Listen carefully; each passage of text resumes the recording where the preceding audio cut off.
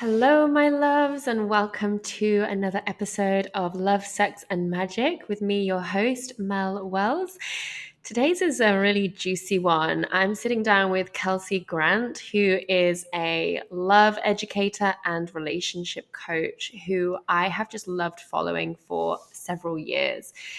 This was a really juicy conversation. We basically spent the whole time talking about being in the dating world and noticing patterns of codependency codes, green flags, red flags, and how to keep your standards high when it comes to looking for your next mate or partner or match. So, yeah, we also talk about breakups, we talk about healing. I think you're going to really love this episode, especially if you are single. So let's dive in. Cool.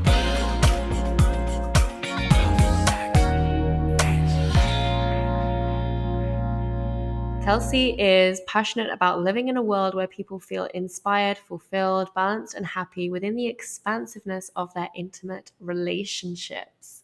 As a relationship coach rooted in radical self-love methodology, she writes, speaks, and teaches coaches, thought leaders, and game changers how to access greater alignment with love for their leadership and relationships to thrive. Her commitment to love runs deep, as she's also the founder and facilitator of a local sisterhood circle that creates safe spaces for women to open their hearts and share what is really going on behind the scenes of their lives. She's currently teaching A Year of Love, her flagship year-long self-love and relationship program for women that encourages the emergence of love within partnership and the wisdom and practical tools to help maintain the presence of compassionate connection by leading with love. Kelsey, my darling, welcome to Love, Sex, and Magic. Thank you for having me. Such an honor. It is my pleasure. We were just, I felt like I just wanted to hit record because our conversation just before we were just chatting was just so hilarious and funny. Um, and yeah, I mean, I just love you so much. Like I followed you for many years now, and your relationship and love advice just always hits a spot for me, like a deep spot. And I've always just seen you as such a sister. So Likewise. yeah. Likewise. I'm like, we've gone through many lifetimes together, and we're just having the honor of colliding in this one, in this time space continuum. And it's so beautiful. And our lives are parallel in many, many ways. And I think that's so special. And I can't wait to see what's ahead for us for the rest of this incarnation. I know. Tell me about it. So we were just, before we hit record, we were just sharing about how, like, right now in our lives are both very much about sisterhood Yes. and being around women. And I was just sharing with you, like, obviously, I just recently moved to Miami, got a place here, and it feels like a really good energetic shift for me because I'm now in a chapter of my life, a season in my life where I want to have a lot of fun. And I'm realizing that in my previous relationship, I didn't really do much of that. And part of that was because of living in the jungle. Like, there's not Sure. really, it's a very kind of like introspective way of living. But also, I think that tends to happen when you get into relationships without, we don't even realize until we're out of it that we have pushed certain parts of ourselves that are important away. Yes. Yes. Why do we do this? I mean, I Why? think I think it's a human thing that happens, but being a woman in a woman's body this time around, like it feels This time around. this time around, this incarnation. Um I like it's just something that I really notice with a lot of women in my community, but also just in my greater community at large, the people that I serve. And it's so subtle. And I think it has a lot to do with these codes of codependency that we've either inherited or we've picked up or we've plugged into through our relational conditioning, and also just how the system is generally set up. It's set up in a codependent way, and so it's very natural that those ideas or patterns would be inside of us. And when we get into relationship, like those changes can happen in such a subtle way of like, oh, I just really love hanging out with this person. They're the best. And like, we have so much in common. But like, as you said, these little parts of us start to fall away until we get to this, oh, fuck moment where we're like, what have I done?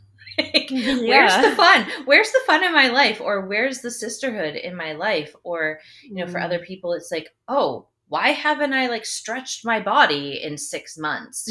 Like, Right. Or why there's, haven't I been creative yeah, or yeah. gone to that dance class or or maybe why haven't I gone to the spiritual gatherings that I want to go Mm, to? And I think if there's a part of us that feels like our connection with the other person is going to be in any way threatened by mhm, that, then we shut that down. 100%. And so often it's just a judgment that we're making about the other person. It's an assumption that we've got, Mhm. and it's not even rooted in truth. Like, we haven't Mhm. actually brought that forward with our partner and they've had a Totally. bad reaction.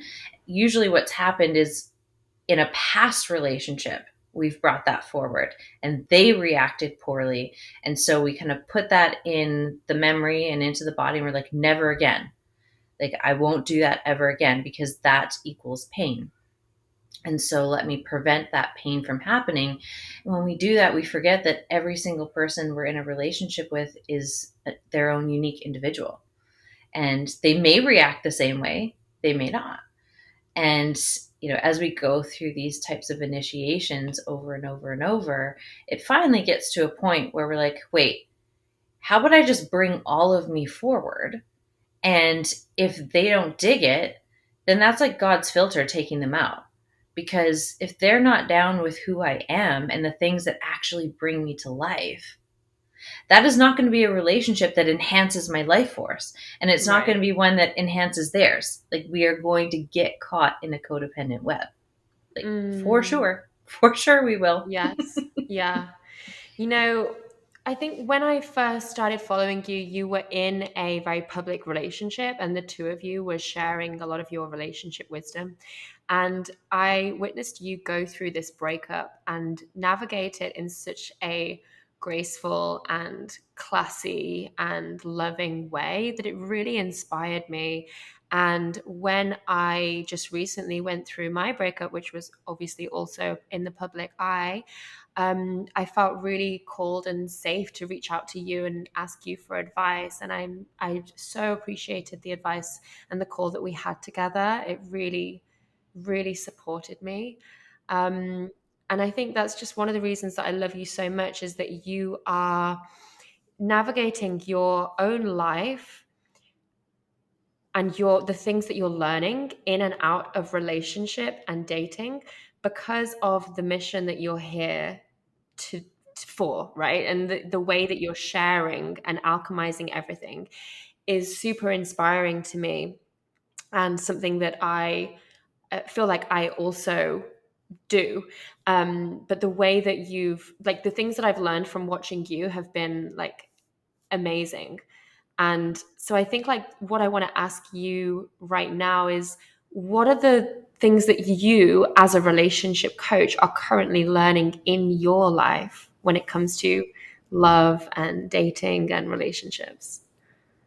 So, one of the things I'm currently alchemizing, playing with, digesting, learning is the importance of slowing down in my relationships. So, relationships of all kinds, giving them lots of spaciousness because the impulse, like the codependent impulse, is to fuse, is to lock into fantasy. And even though there's so much awareness around this pattern, I still see it bubbling occasionally, even in sisterhood, of like getting so excited about something and then not tuning into my body and then having to go back and be like, actually, I'm not available to do that because I said a yes when I actually was a no. And so, really being mindful of giving myself lots of spaciousness and to really be mindful of what I'm committing to. Like, is this actually in service? Is this in service to love? Is this in service to truth? Is this in service to magic? Is this in service to the feminine? Those are the four gates that everything is passing through now, Oh, which love that. feels like I just got full body chills. Can you And say the four again? Can yeah, you repeat them? so in service to love, in service to truth, in service to magic, in service to the feminine. So good. Yeah. And like, really, if I was to like distill it down, like, even though relational alchemy is so what I was put on this planet to do, it comes in the form of really serving love, truth, magic, and the feminine. That's where all of the wisdom comes from. And so sometimes people might come to me like, oh, I need like help with this dating issue. I'm like, actually, like, there's a deeper truth that we need to serve inside of you. It's not about the like, should I text him back? Like, it's the deeper truth that we need to address, and it's the deeper connection to love, or the deeper connection to magic, or the deeper connection to the feminine. Like, how do we restore our connection inside of those four pillars? And that's what anyone would receive when they would come into any of my spaces. And so, knowing that just in the relationship to business, and then seeing it kind of spill out into all of my relationships. And like, in our sisterhood, we have a coven here in Vancouver, and like, we've come to this realization recently that like, there's so much truth that exists inside of these relationships with these sisters, and that it's such a safe haven to bring truth forward, even if it's a spicy truth, even if it's a truth that we're like, ooh, I don't really like knowing that part of my shadow, but I know I need to meet it. I know I need to be aware of how I'm showing up, or how I'm impacting, or the things that I'm doing that are causing interference in the relationship, or calling out the things that I'm experiencing with other people in the coven.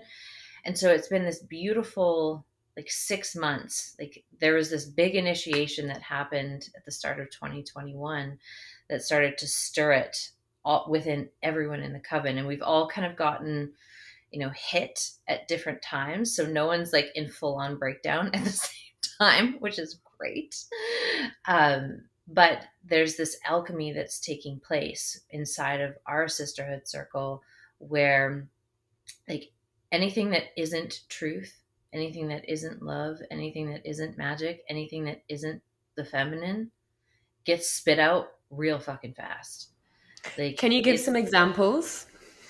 yeah, a lot of it has to do with the patterns that Mhm. we might be running. So like, the pattern of, maybe hiding. Like, I like to hide. When I get really confronted, like, I will collapse, I will close down, I will withdraw.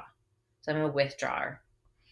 And I've had to really be mindful of how that impacts my sisters. Because when I go MIA, that has an impact on them.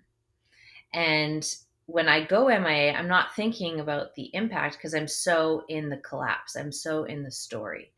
And these women boldly stand for me. They're like, hey, we love you. This is actually in service to who you are and what you're here to do. But that doesn't work for us. It doesn't work when you do that. And there's other things with other women in the coven, and those are kind of their patterns to own and to share. And but it's very similar, like the ways in which we kind of squirm a little bit when we get all squirmy, or when we get confronted with life. Like, what do we do? Who do we become when things don't go our way? And there's just no space for those shadowy embodiments anymore. Like, they just get brought into the fire of truth, and they're alchemized, and they're held very lovingly, but also very firmly. And it feels so freeing to be in a community where I know I'm not going to be able to get away with anything. Like, I'm not going to be able to get away with being anything other than like, the divine embodiment that I am. Like, there's space for my humanness, but we also don't coddle the humanness. We're not being like, oh, poor baby. Like, oh, that's your trauma. Like, we're not doing that with each other. We're like, that's your trauma, and it's your responsibility to show Right. up differently. Like, we've all Yeah. done enough trauma healing, and depending who's listening, like, I would not say that to someone who's just at like the beginning stages of working with their trauma. That would not be in service to love. That would not be in service to truth. But where we are in our collective, like in our community here in Vancouver, we've all done enough work to be able to be that straight with each other, to be that direct with each other. And it feels so liberating. Like, there's so much spaciousness, like, and it's spaciousness in a different way than what I was sharing before. Mm, And yeah, that's like the major beautiful. thing that's coming through these Beautiful. days. And do you feel that because you have that in your sisterhood, do you feel that it means that you are less um like looking for that less in, or needing that less in romantic relationship, or does it just completely cross over and that's the exact same thing that you want now in a romantic relationship? Because I know both of us have been in um, conscious relationships, let's say, with people who are doing a lot of healing work. Um, and in my experience, like having that degree of communication and truth and authenticity is so, so powerful. And there can also be, this is just my personal experience, when you know someone's trauma so well, um, you can also, like you said, like coddle and make excuses and justify behavior and all of this stuff because you're doing the work. And kind of like, where's that line between we both doing this healing work together and actually this is not what I'm tolerating. This is a no for me. Yeah, I think for me going forward, there's a certain degree of work that will need to have been done, Mm-hmm. and not just talking about the work, because Mm-hmm. that's kind of where I got hooked, is like people who can talk about the work but they aren't embodying it. Oh my So God, like yes. Yes. bringing back even just that slowness of like, well, let me take my time to watch Mhm. and to feel and to experience this person, and I'm going to want to see how they operate in conflict. Like, the second someone says like, I don't do conflict, I'm like, I don't do you. Like,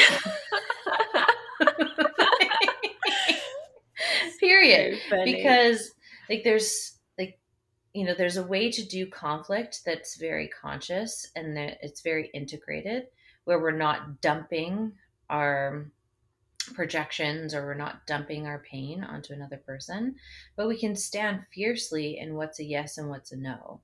And if I can't feel like their anchored truth, like, I don't want someone that I can push around, and I also don't want someone who is going to let me push them around, like someone who is just so fluid in terms of their backbone.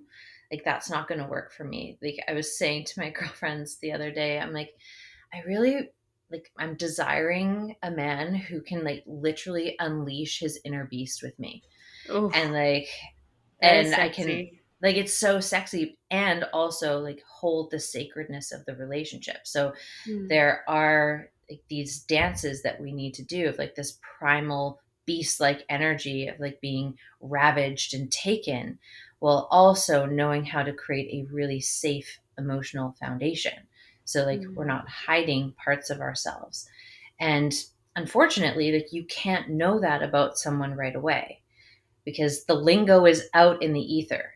Like, everyone knows the right things to say, and mhm, so we can't necessarily pay attention to people's words anymore.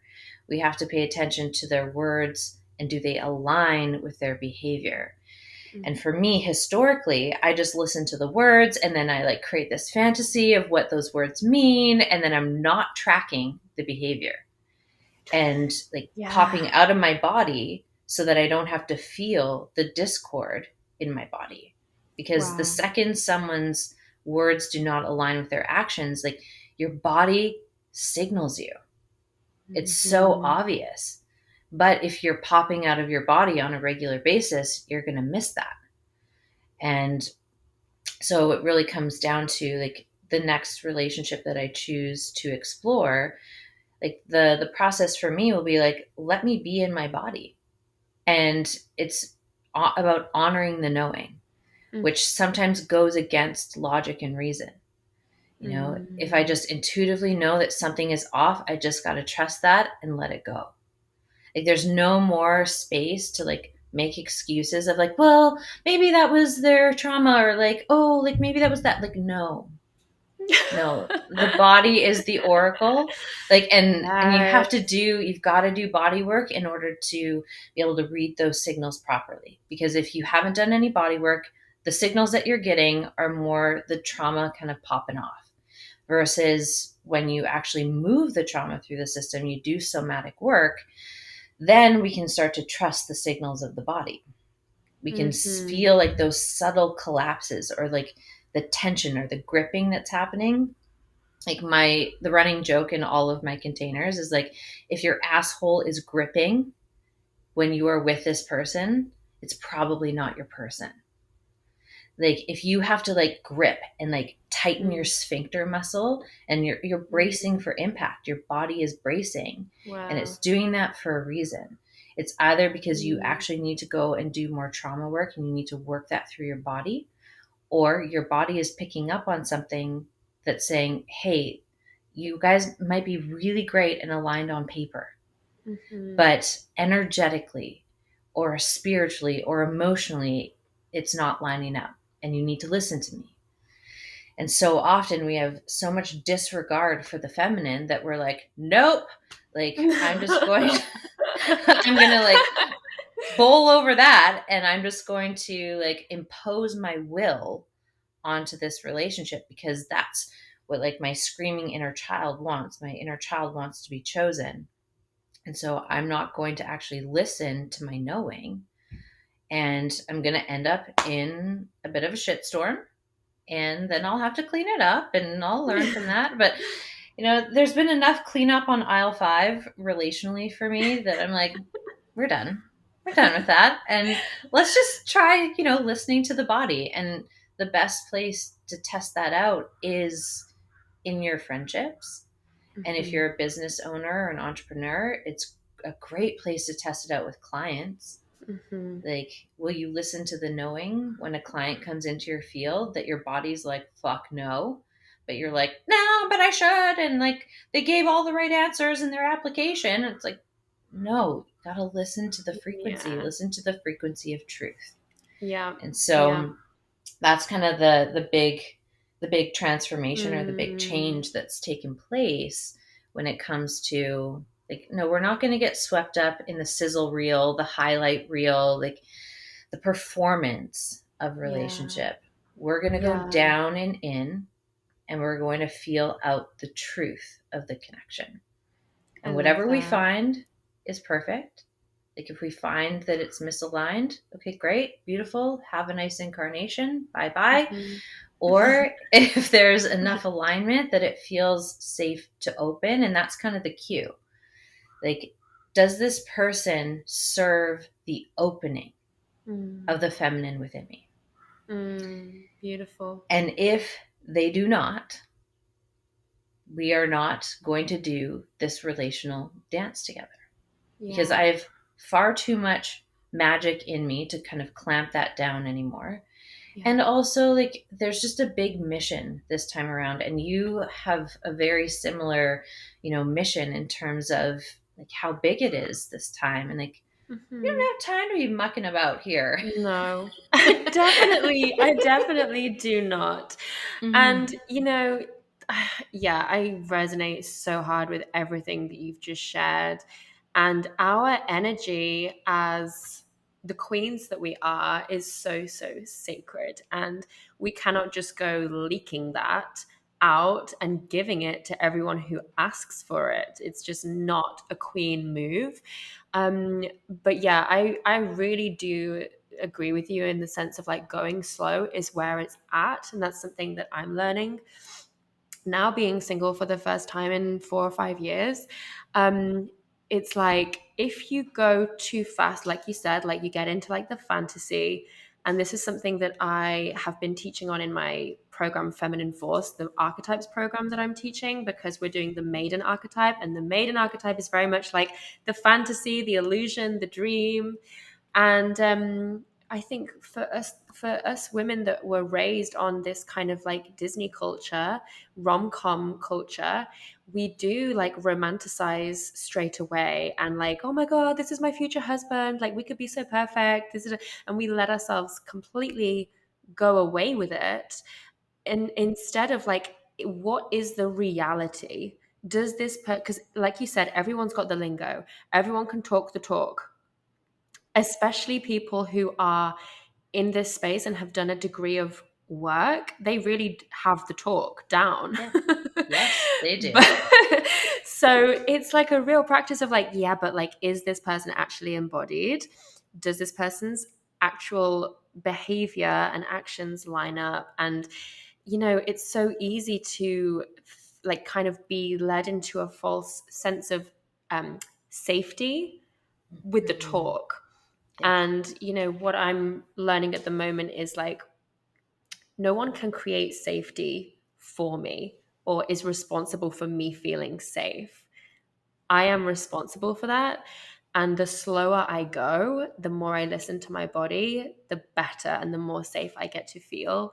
The other thing is, let's talk about, because the whole listening to your body thing, I think is really, really important. And when you're in that rush of attraction, there's also a lot of hormones and chemistry happening. And so people can get swept away with, like, I'm listening to my body in this way, but actually, oftentimes that is actually masking the intuition, right? If there's like an insane, like, sexual chemistry or physical attraction, that can also be, that can be masking intuitive knowings that are saying something different. Can you speak about that? Yeah, 100%. So again, it's another reason why it's so important to slow it down and to also have your devotional practices. So usually when we get swept up in the hormones of, it's basically a chemical reaction that's happening. We're usually popping out of our body. And so if we have a daily devotional practice of being in our body, we can actually alchemize those hormones. We can move them through the system. Just like if you were eating a meal and it goes through your digestive system and it comes out your body. Like those hormones, they're kind of pooling energetically. So if there's no way to move that energy, then it pools and then we're like, oh, the only way to off gas this is like dive bomb into this relationship. And well, I feel like you and I have probably done that before. I know I have. Mm-hmm. And like you do that enough times and then you learn your lesson. And like that's the thing. Like some of this stuff you just have to fuck it up. You just have to live that experience of what Yeah. it's like to be so caught up in the intoxication of the hormones and have that play out and maybe get burned by that to be able to realize what that is. Because it's hard to know what it is until you've actually lived through it. And so, on one hand, like we can do a little bit of the preventative work, but also sometimes some people, if they're stubborn like me, like they're probably going to have to go through that initiation.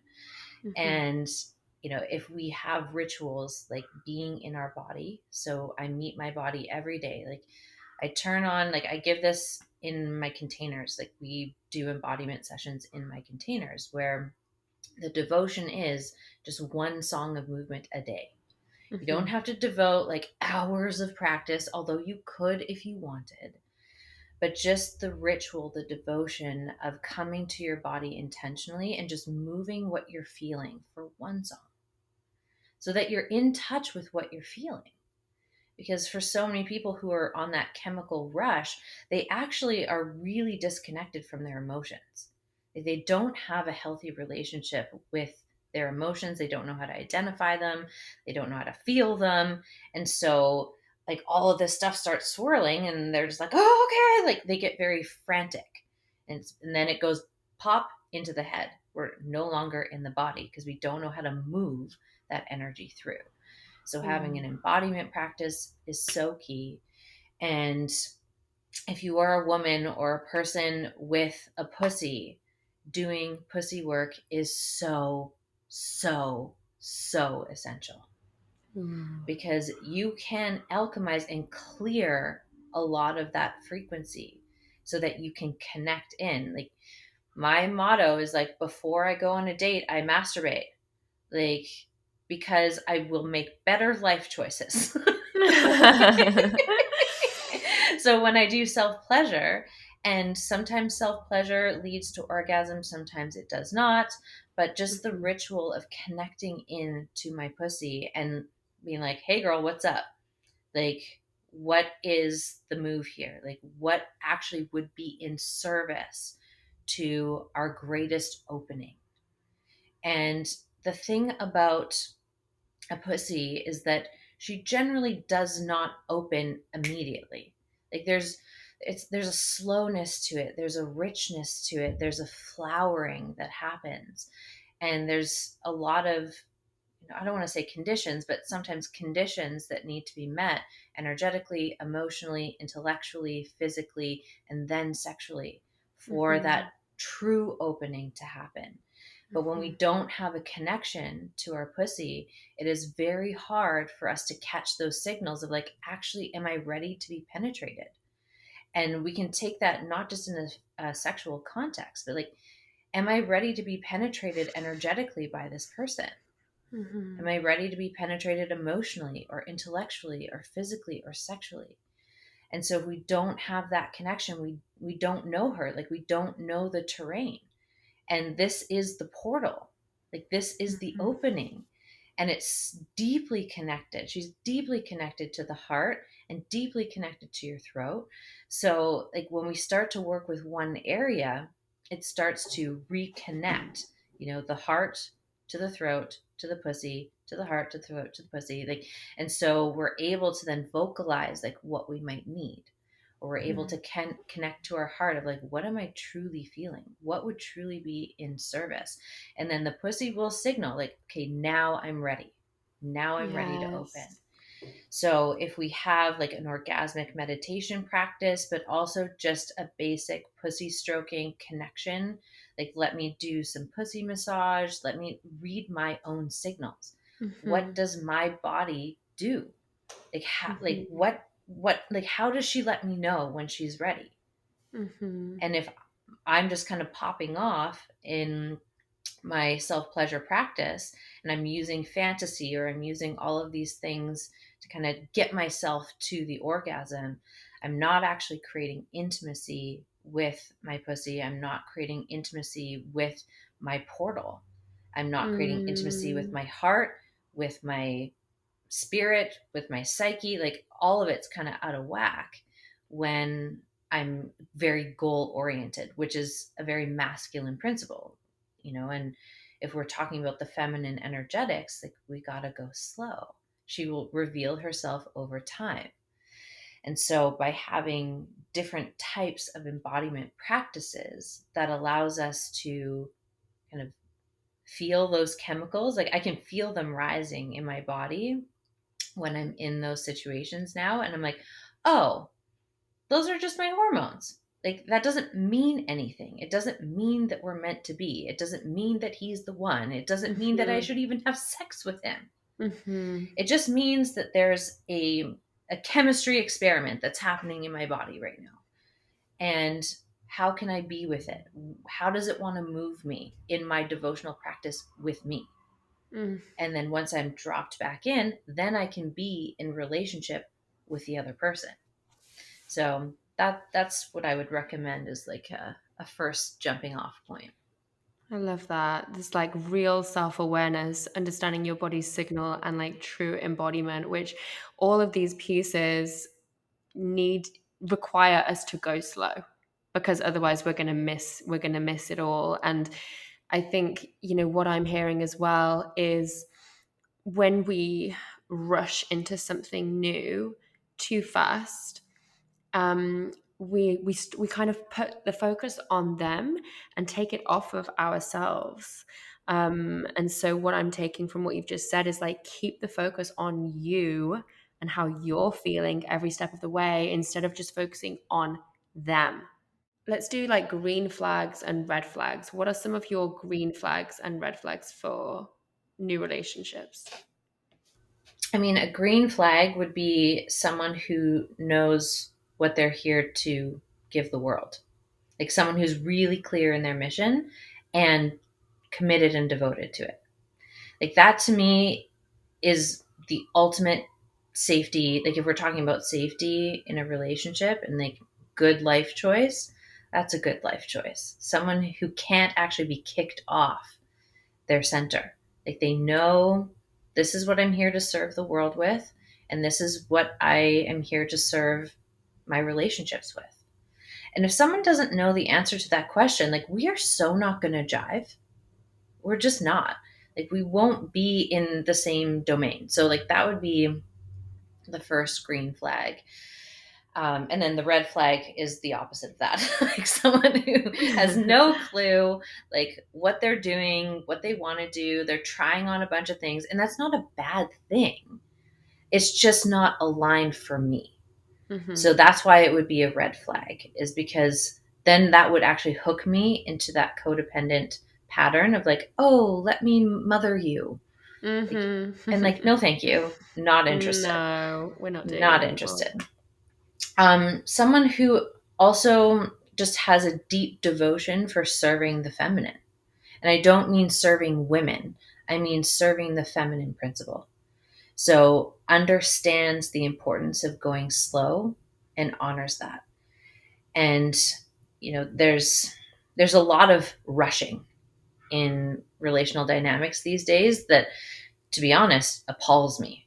Like I find it such a turnoff. Like someone who is really willing to go slow and values getting to know me just as much as I value getting to know them. If they're not interested in hooking into fantasy either, they have a right relationship with reality, just like I do. So that would be like another green flag.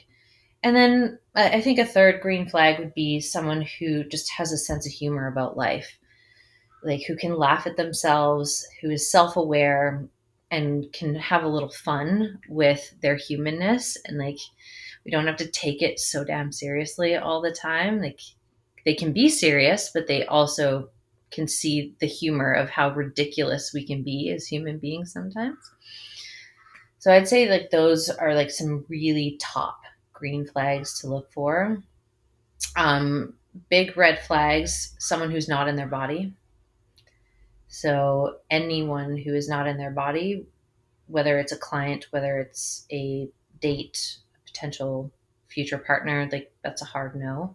Because if they're not in their body, they're not going to be able to read the signals of your body either, and they're likely not going to honor the boundaries of your body's pace. Someone who doesn't have boundaries would also be a really, really big red flag. Um, and things like controlling behavior, like these are kind of very baseline. Like if someone's controlling and then we're like, oh, but like he cares about me and like he's just like trying to protect me and take, no, no, no, no, No. no. Hard no. No, no, no. uh, and a big red flag for me now would be someone who hasn't individuated from their family system. So someone who Mm. is still plugged into these codependent roles within his family system. Like, can he stand up to his parents? Can he stand up for what's right?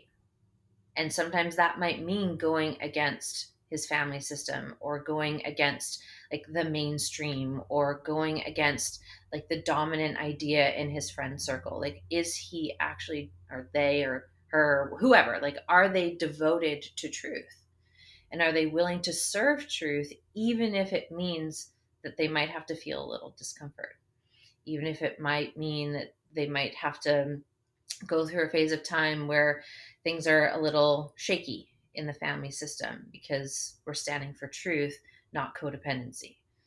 And if someone is fused in their family system, like, first of all, your relationship is not even in like the top 5 of priorities, because the top priority is keeping the codependent web alive in the family system, but also everywhere else. And so that takes up so much life force to maintain, which means they're not available to serve the deeper love, the deeper truth, the deeper magic, or the deeper feminine inside of your relational container.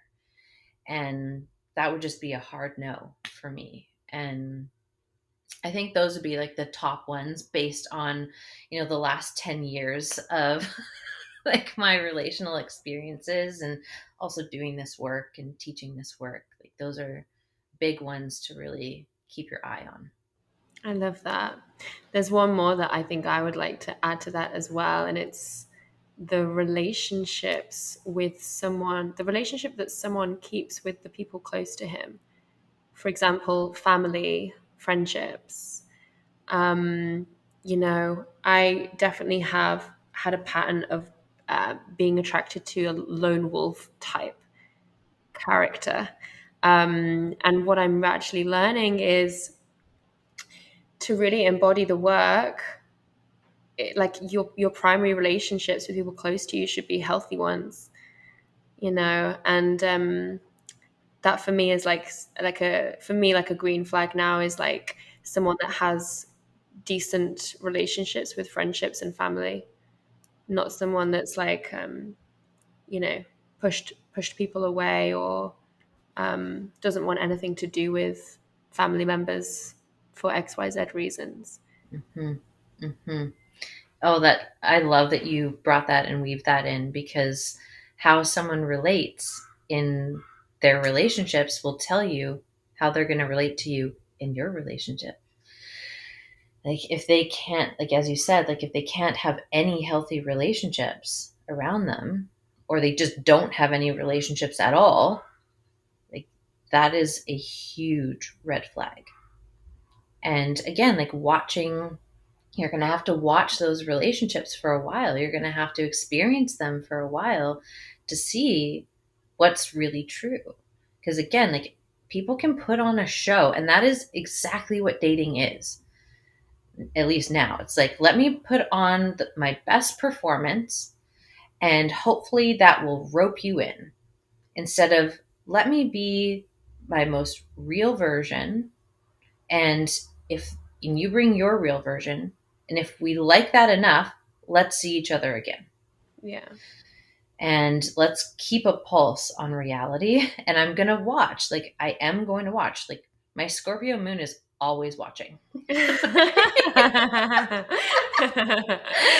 like love that. calculating, and like just sniffing out like anything that is misaligned with truth.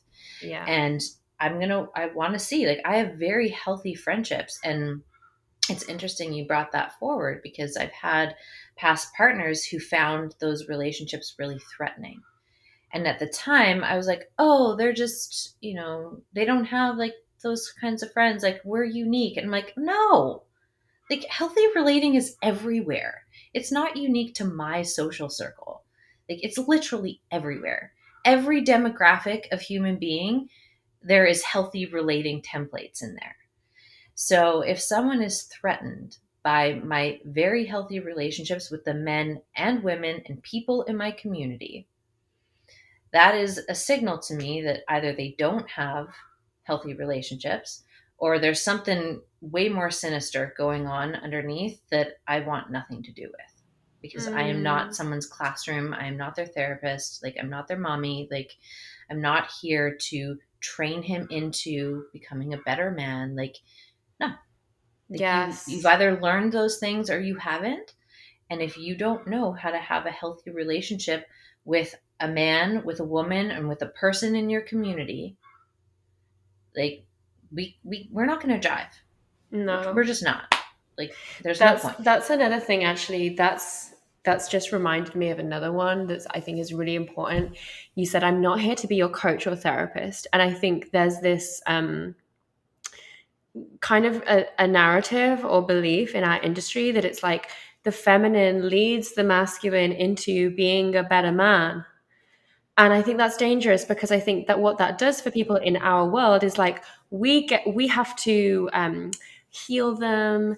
We're here to like help them grow, and like we have to go first. And no, Mm-mm. I'm not Mm-mm. getting down for that anymore. Mm-mm. I don't think that's a Mm-mm. go.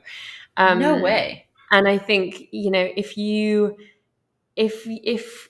if that is what is being asked of you, I think that's a red flag. 100%. And really, what that distills down to is someone who doesn't actually understand or revere the feminine. Mm, Because the feminine is not actually there to coddle you. The masculine is actually what's in service to the feminine blossom. Like, the feminine is the life force energy. So the life force energy is having to be invested into like building up a man or building up a person. Like, that's not a good use of my life force energy unless I'm actually a mother. Like, if I'm actually a mother, then yes, that is my responsibility up until a certain point. But if we're talking about romantic relationships, like, that's not your responsibility. And to me, it's such a signal, like, this person does not revere the feminine because they're trying to extort that feminine life force energy. They're trying to plug in and like siphon it off. Like, my magic is going to amplify whatever is there.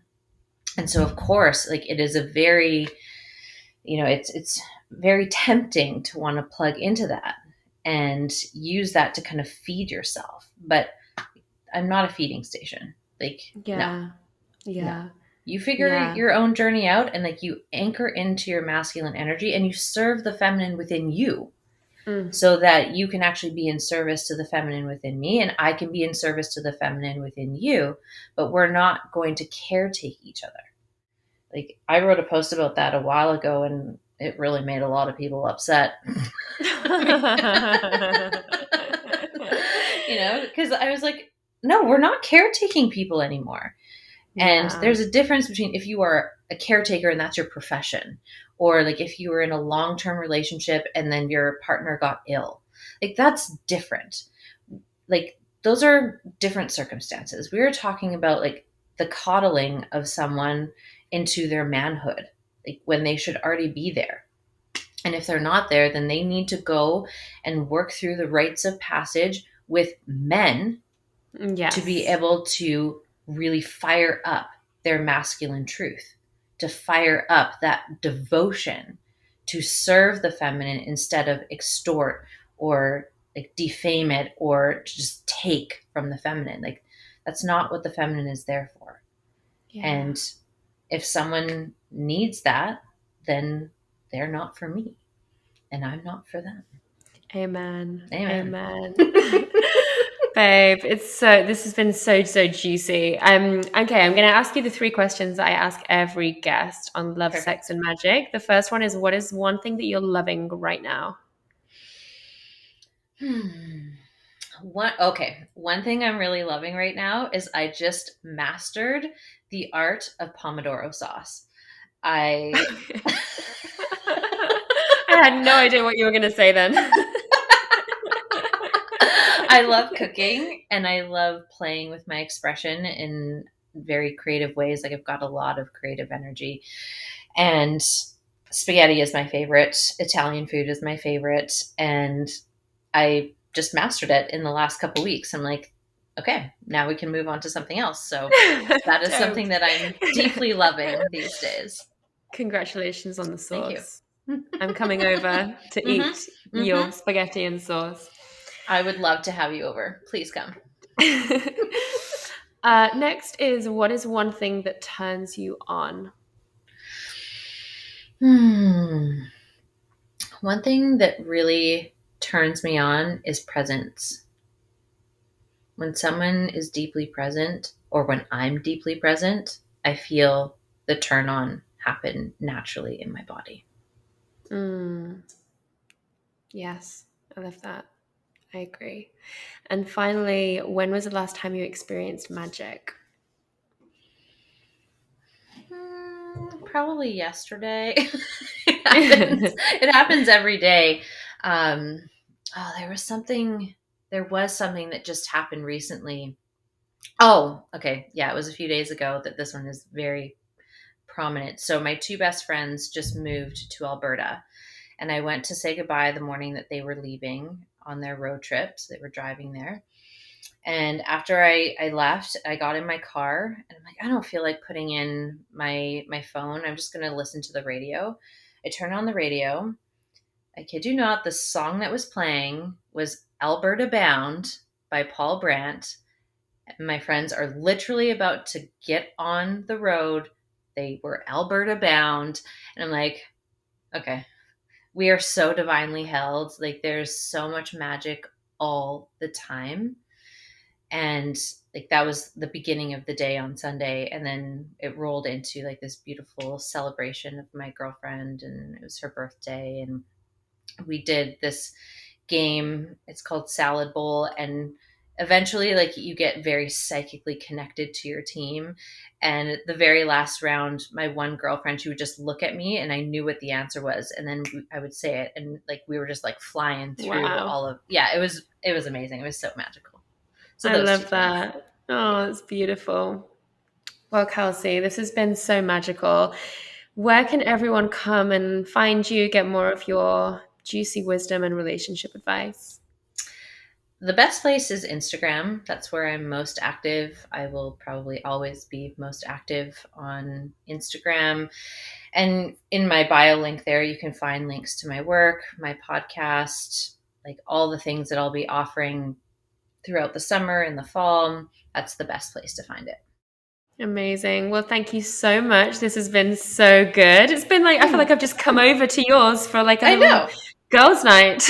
It's great. It's so great. We're just preparing for when we collide in real life. It's going to be so fun. Can't wait for that. Wait, Mm-hmm. we haven't met in real life, have we? No, Oh my God, I no, feel like we have. That's so I know. crazy. Well, That's we've so we've weird. I done, feel like I have a yeah. memory of meeting you. That's so Hmm. weird. Well, we've had many lifetimes together. This I'm very certain of. Yeah, well, can't wait for that moment. Yeah, me too. Me too. Love you dearly. We're going to Love do you some too. questions inside the membership now, but for everyone else, Okay. it's been a pleasure.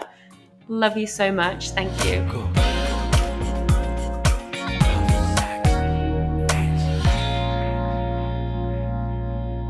So, beloveds, I hope you took so much from that episode. If you did, please do share it on the gram, tag me, tag Kelsey. Let us know what you enjoyed about this episode. And as always, if you want even juicier time with our guest experts and you want to actually ask your own questions and have them be submitted, you can do so inside of our membership, the Goddess Collective, where every single guest that we have on the show records a bonus segment just for our Goddess Collective members. So if you want access to all of our previous guests and these bonus segments, you have to join the Goddess Collective. The link is in the show notes. And I'll see you next time on Love, Sex, and Magic. Have a beautiful week.